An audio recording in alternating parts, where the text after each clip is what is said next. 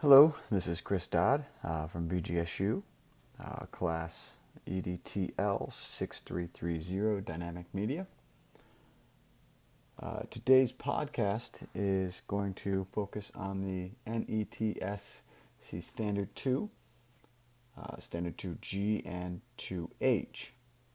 2G being the effective use of technology tools and resources to assess student learning and technology literacy. And 2H would be the effective use of technology tools and resources to collect and analyze data, interpret results, and communicate findings. Let's start with 2G and 2G. In order to effectively use the technology tools to assess student learning, you should be aware of some of the tools that are out there that can assess this. One of the older ones that I'm aware of is something called Study Island.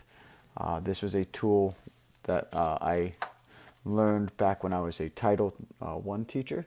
I used this program. It was a pretty neat program at the time that allowed me to track my students' progress through the website. I was using it for math. I believe there is a math and there's also a language arts version. They used to have one for each subject area. You create an account for each one of your students. They log on to that account, and then Study Island sets up different lessons for them to go through, and inside those lessons are games that they play in order to get the answer right. They play a game, or if they get an answer right, they get to play a little short game. This is a neat website because it does track their progress for you. It also, you can set it up for remediation. If a student does not receive a certain score on a lesson that you set, they will have to remediate, and the website will actually let the student know this, and they will set it up in a way that the lesson they go back through is not the same questions. So that was kind of neat.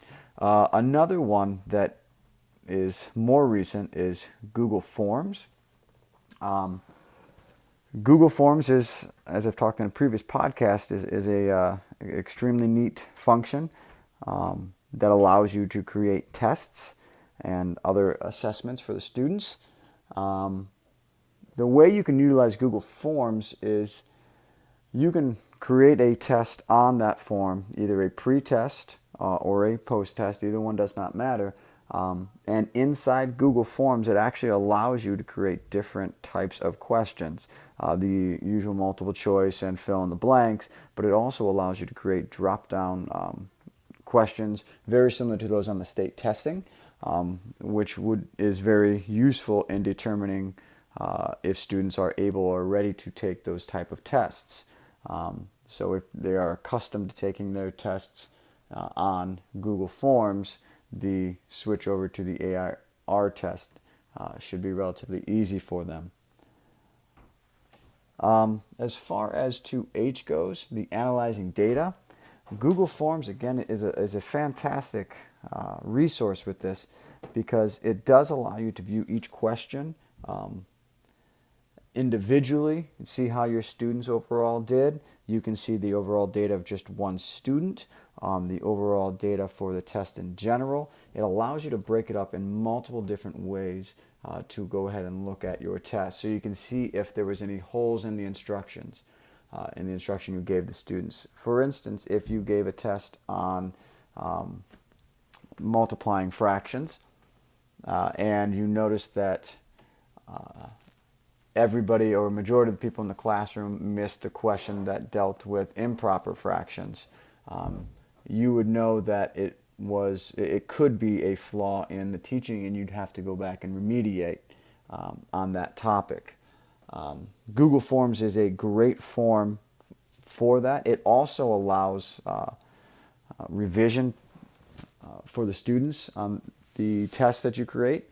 You can set standards inside Google Forms as well that allows you to, the students, if they don't meet their criteria, much like the Study Island, they have to go back and keep at it until they gain that mastery level. I prefer the Google Forms because most schools, at least my school, is going to a Google Classroom and a Google-based environment for the online. Study Island is a nice tool, but it does cost money. Well, Google Forms is a free service that anyone could use. I hope this was very helpful, and I will tune into me next time.